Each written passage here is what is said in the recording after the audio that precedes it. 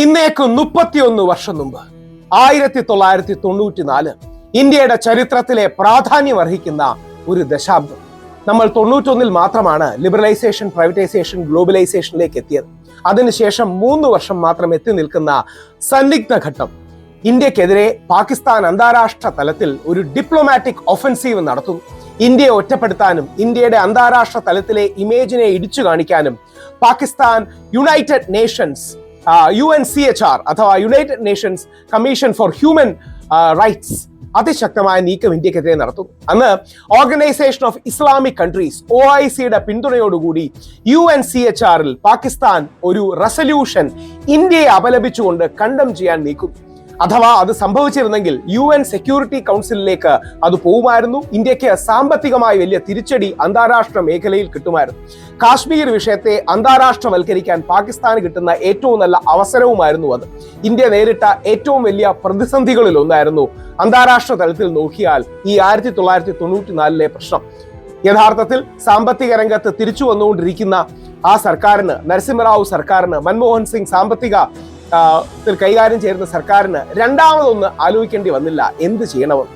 ആ അവസരത്തിൽ രാജ്യത്തെ ഒരുമിച്ച് നിർത്താൻ ഇന്ത്യയുടെ പ്രധാനമന്ത്രി പ്രഗത്ഭനായ ശ്രീ നരസിംഹറാവു ഒരു വഴി കണ്ടെത്തി.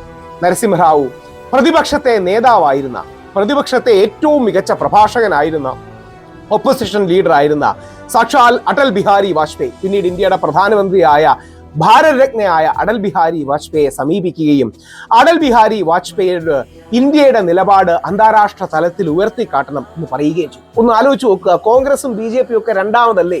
എന്ത് കോൺഗ്രസ്, എന്ത് BJP? ഇന്ത്യ ഇല്ലെങ്കിൽ എന്ത് കോൺഗ്രസ്, എന്ത് BJP? ഇന്ത്യയല്ലേ അടിസ്ഥാനം, കോൺഗ്രസും BJP അല്ലല്ലോ. ആ അവസരത്തിൽ മഹാനായ നരസിംഹറാവുവും മഹാനായ അടൽ ബിഹാരി വാജ്പേയിജിയും തങ്ങളുടെ രാഷ്ട്രീയം മറന്ന് രാജ്യമാണ് പ്രധാനം എന്ന തിരിച്ചറിവിൽ നിന്ന് വാജ്പേയി മുമ്പ് എക്സ്റ്റേണൽ അഫയേഴ്സ് മിനിസ്റ്റർ ആയിരുന്നു. 1977 ഇന്റർനാഷണൽ ഡിപ്ലോമസിയിൽ അതിവിദഗ്ധൻ, ഗംഭീരമായി ഭാഷാ പ്രയോഗങ്ങൾ കൊണ്ട് ആൾക്കാരെ കയ്യിലെടുക്കുന്ന, പ്രസംഗ പാഠവം കൊണ്ട് വിസ്മയം തീർക്കുന്ന ഒരു വ്യക്തി. അപ്പോ വാജ്പേയിജിയുടെ പ്രഭാഷണ ചാതുര്യവും കഴിവും ഗ്ലോബൽ ഓഡിയൻസിനെ എൻഗേജ് ചെയ്യാനുള്ള മികവും ഒക്കെയാണ് അദ്ദേഹം നോക്കിയത്, നരസിംഹറാവുജി നോക്കിയത്. അല്ല തന്റെ പാർട്ടിക്കാരനാണെന്നല്ല. അതിശക്തമായ രാഷ്ട്രീയ അഭിപ്രായം വ്യത്യാസം രണ്ടുപേരും തമ്മിൽ ഉണ്ടായിരുന്നു, ശ്രീ റാവുവിനും ശ്രീ വാജ്പേയിക്കും. പക്ഷെ രണ്ടുപേരും വ്യക്തിപരമായി നല്ല ബന്ധം സൂക്ഷിച്ചിരുന്നു. രണ്ടുപേരും പരസ്പരം പാണ്ഡിത്യത്തെ അംഗീകരിച്ചിരുന്നു, ആദരിച്ചിരുന്നു. അങ്ങനെ വാജ്പേയിജിയുടെ നേതൃത്വത്തിൽ ഒരുപാട് ലീഡേഴ്സ് ഉണ്ടായിരുന്നു. ഫറൂഖ് അബ്ദുള്ള ഉണ്ടായിരുന്നു, സൽമാൻ ഖുർഷിദ് ഉണ്ടായിരുന്നു. കോൺഗ്രസിലെ വളരെ മുതിർന്ന മുസ്ലിം നേതാവാണ് സൽമാൻ ഖുർഷിദ്.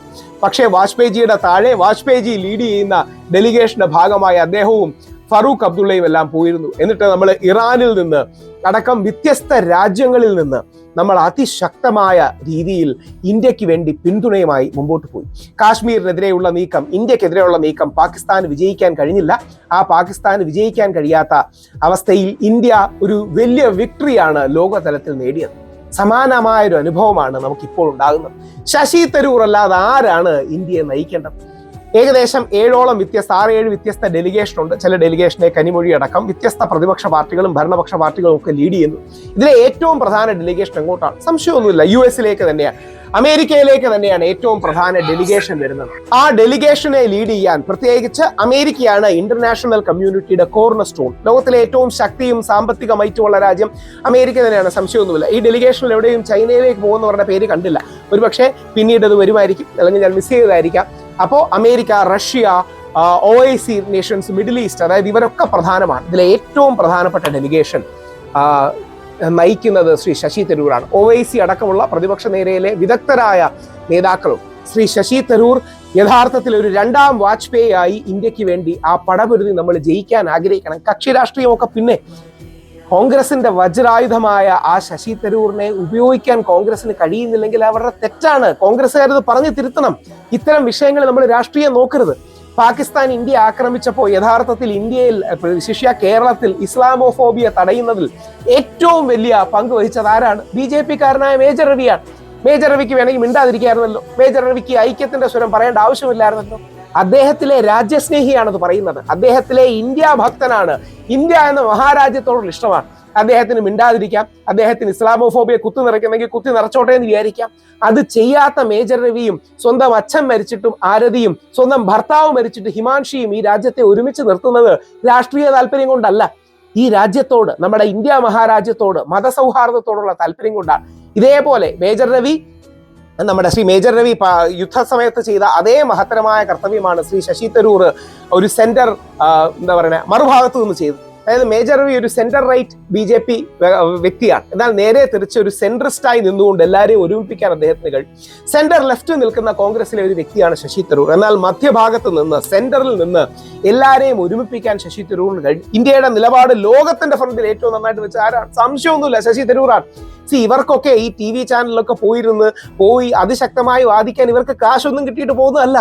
ഞാൻ സ്നേഹത്തോടെ ആദരവോടെ പറയുകയായിരുന്നു മേജർ രവി സാറിനോട്. മേജർ രവി സാർ ഓടി നടന്ന് എല്ലാ ചാനലിലും ചർച്ചയ്ക്ക് കയറി. എന്തുകൊണ്ടാണ്? അദ്ദേഹത്തിന് വേറെ പണിയില്ലാഞ്ഞിട്ടല്ല.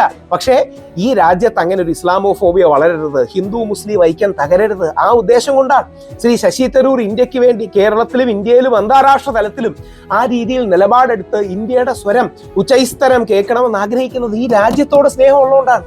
അല്ലാതെ പുള്ളിക്ക് എന്തെങ്കിലും രാഷ്ട്രീയ താല്പര്യം ഉള്ളതുകൊണ്ടല്ല. ശശി തരൂറിന് പോകണമെങ്കിൽ എന്നേ BJP പോവായിരുന്നു. ശശി തരൂരിനെ മോദിജി 2 കൈ നീട്ടി സ്വീകരിക്കില്ലേ? കേരളത്തിൽ, അതായത് പ്രത്യേകിച്ച് നരേന്ദ്രമോദിയും പൂജനീയ സർസംഘ് ചാലക് മോഹൻ ഭഗവത്ജിയും ഒക്കെ സ്ഥിരമെടുക്കുന്ന ഒരു സ്ട്രാറ്റജി ഒരു സെന്റർ റൈറ്റ് ആണ്. നമുക്ക് അൾട്രാ റൈറ്റ് വേണ്ട, ഒരു ഗാന്ധിയൻ റൈറ്റ് മതി എന്നൊക്കെ ഇരിക്കുന്നതാണ്. അത് കറക്റ്റായിട്ട് ചേരുന്ന ആളാണ് ശശി തരൂർ. ഞാൻ അഭിമാനിയായ ഹിന്ദു ആണെന്നും പറയും, എന്നാൽ മതസൗഹാർദ്ദവാദിയാണെന്നും പറയും. ഈ ലൈനാണ് ശശി തരൂർ എടുക്കുന്നത്. ശശി തരൂറിന് BJP പോയെങ്കിൽ എന്ത് വലിയ സ്ഥാനങ്ങൾ കിട്ടുമായിരുന്നു. എന്തായാലും എക്സ്റ്റേണൽ അഫയേഴ്സ് മിനിസ്റ്ററോ വേറെ ഏതെങ്കിലും പ്രധാനപ്പെട്ട മിനിസ്ട്രിയോ ഒക്കെ പുള്ളിക്ക് കിട്ടില്ലേ?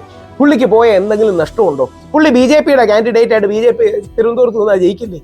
ഇവിടെയാണ് പുള്ളിക്ക് കുറെ കൂടി വന്ന കുറച്ച് കോൺഗ്രസിന്റെ ട്രഡീഷണൽ വോട്ട് പോകാറ്. പക്ഷേ കോൺഗ്രസ് പാർട്ടിയോട് അദ്ദേഹത്തിന് ഇഷ്ടമുള്ളതുകൊണ്ടായിരിക്കുമല്ലോ അദ്ദേഹം നിൽക്കുന്നത്. അല്ലെങ്കിൽ BJPയിൽ ഒരു എക്സ്ട്രീം റൈറ്റ് ഉണ്ട്, ആ റൈറ്റിനോട് യോജിക്കാൻ കഴിയില്ല എന്ന് പറഞ്ഞുകൊണ്ടല്ലേ.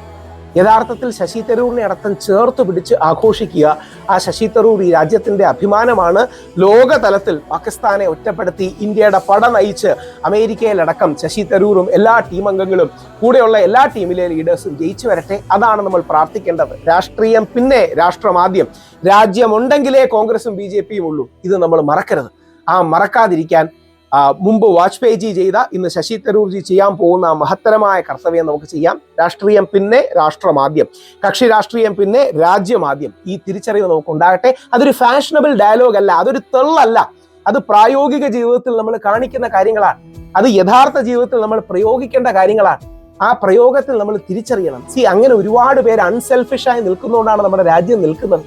ആ തിരിച്ചറിവ് നോക്കുകയാണ്. ഞാൻ ഇടയ്ക്കിടയ്ക്ക് നമ്മുടെ BJP അടക്കമുള്ള സുഹൃത്തുക്കൾ പലരും എന്നോട് വിളിച്ചു പറയാറുണ്ട്, നിങ്ങൾ ഈ അതിശക്തമായിട്ട് യോഗി ആദിത്യനാഥിനെയും മറ്റൊന്നും വിമർശിക്കരുത്, ഹിമന്ത് ബിശ്വ ശർമ്മയെ വിമർശിക്കരുത്, ഈ ഇസ്ലാമോഫോബിയെ കുറിച്ച് പറയണത് എന്തിനാണ്? അതിനെക്കുറിച്ച് മിണ്ടാതിരുന്നാൽ മതി, അതിനെ അനുകൂലിക്കുകയൊന്നും വേണ്ട, മിണ്ടായിരുന്നാൽ പോരെ. നമുക്ക് എന്തൊക്കെ കാര്യങ്ങൾ എനിക്ക് ഈസി ആയിട്ട് നേടാം.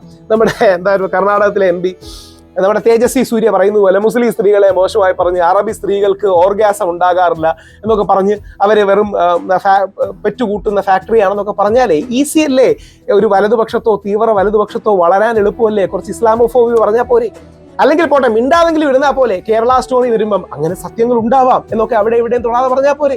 കേരള സ്റ്റോറിയോ ബാക്കി കാര്യങ്ങളെയോ ഒന്നും എതിർക്കാത്ത എന്തുകൊണ്ടാണ്? അല്ലെങ്കിൽ 400 കുട്ടികളെ അഫ്ഗാനിസ്ഥാനിലേക്ക് കടത്തിയെന്ന് പറയുമ്പോഴോ തുപ്പൽ ജിഹാദും തുമ്മൽ ജിഹാദും ലവ് ജിഹാദും ഹലാൽ ജിഹാദും ഒക്കെ പറയുമ്പോൾ മിണ്ടാതിരുന്നെങ്കിലും കൊടുത്താൽ പോരെ. അതിനെ ആക്റ്റീവായിട്ട് സപ്പോർട്ട് ചെയ്യണ്ട. അങ്ങനെയൊക്കെ ഉണ്ടാകും, എനിക്കറിയില്ല, കൂടുതൽ അന്വേഷണങ്ങൾ വരട്ടെ എന്ന് അവിടെ എവിടെയും തൊടാതെ പറഞ്ഞാൽ പോരെ. അതിനെ ആക്റ്റീവ്ലി എതിർക്കുന്നത് ഈ രാജ്യത്തെ ഇഷ്ടമുള്ളതുകൊണ്ടാണ്, മതസൗഹാർദ്ദത്തെ ഇഷ്ടമുള്ളതുകൊണ്ടാണ്, ഹിന്ദുവിനെയും ക്രിസ്ത്യാനിയെയും മുസ്ലിമിനെയും ഇഷ്ടമുള്ളതുകൊണ്ടാണ്. ഈ തിരിച്ചറിവ് നമുക്ക് ഉണ്ടാകട്ടെ. കക്ഷി രാഷ്ട്രീയത്തിനപ്പുറം ഒരു രാജ്യസ്നേഹത്തിന്റെ രാഷ്ട്രീയമുണ്ട്. ആ രാഷ്ട്രീയത്തെ ഉയർത്തിയെടുക്കാൻ നമുക്ക് കഴിയട്ടെ. അത് എല്ലാവിധ പിന്തുണയും കൊടുക്കുന്നു. ശശി തരൂർ വിജയശ്രീയിലാണ് ഇതിനായി ചതിച്ചു വരട്ടെ. അത് ഇന്ത്യയുടെ മികവായിരിക്കും.